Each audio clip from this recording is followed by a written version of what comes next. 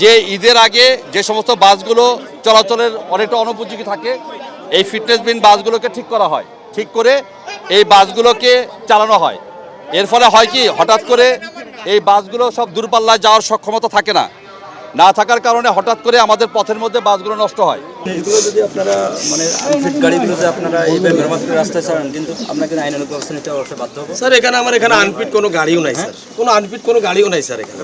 না, এটা তো আপনার যে আপনারা অনেক সময় লেন্থ বৃদ্ধি করে আমাদের সিট বাড়ানো হয়, দুটা তিনটা বা চারটা, মানে দুটা সিট বাড়ানো হয়। এই ধরনের কি ঘটনা ঘটে? না না না না না না স্যার, এই যে দেখেন স্যার 12 মিটারের গাড়ি কিন্তু সিট হবে 40টা। 12 মিটারের গাড়ি তো অনেক লম্বা গাড়ি, অনেক সময় 40টার জায়গায় 45টা বা না এরকম নাই স্যার, এই যে দেখেন সিট রাখা আছে স্যার 40টা সিট, এত বড় গাড়ি 40টা সিট ওঠা 12 মিটারের গাড়ি। আর এই ধরনের ড্রাইভ কিন্তু এখানে ম্যাজিস্ট্রেট দায়িত্বপ্রাপ্ত ম্যাজিস্ট্রেট সাহেব আছে, তারা নিয়মিত এই ধরনের ড্রাইভ কিন্তু করবে। ঈদ পর্যন্ত এটা চলবে, এটা একটু সবাইকে জানা দিবেন যে এটা কোন অবস্থাতে করা যাবে। না গাড়ির কাগজপত্রী গাড়ি, এটা তো কাগজ না, এটা কাগজ করতে হবে।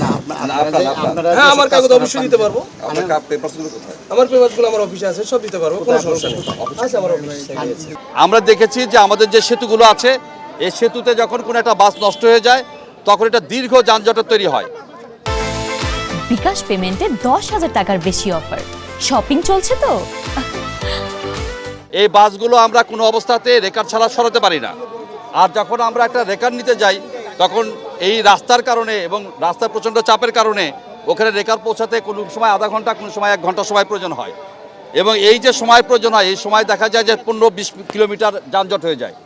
এবং সবচাইতে বড় যে সমস্যাটা হয়, যে যাত্রীরা ওই বাসটাতে থাকে তারা তো আর কোনো রকম যাওয়ার কোনো উপায় থাকে না। এই যে চরম একটা দুর্ভাগ্যের তৈরি হয়, এটি আমরা সবসময় জানি এবং আমরা এটা নিয়ে অনেকগুলো আমরা সভা করেছি।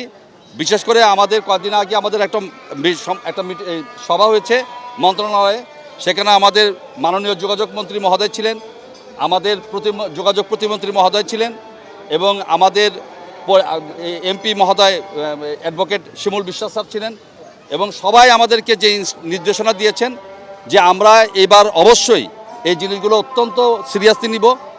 আর রাস্তা যাতে কোনো রকম কোনো বাস আনফিট বাস যাতে চলাচল করতে না পারে দূরপাল্লায়,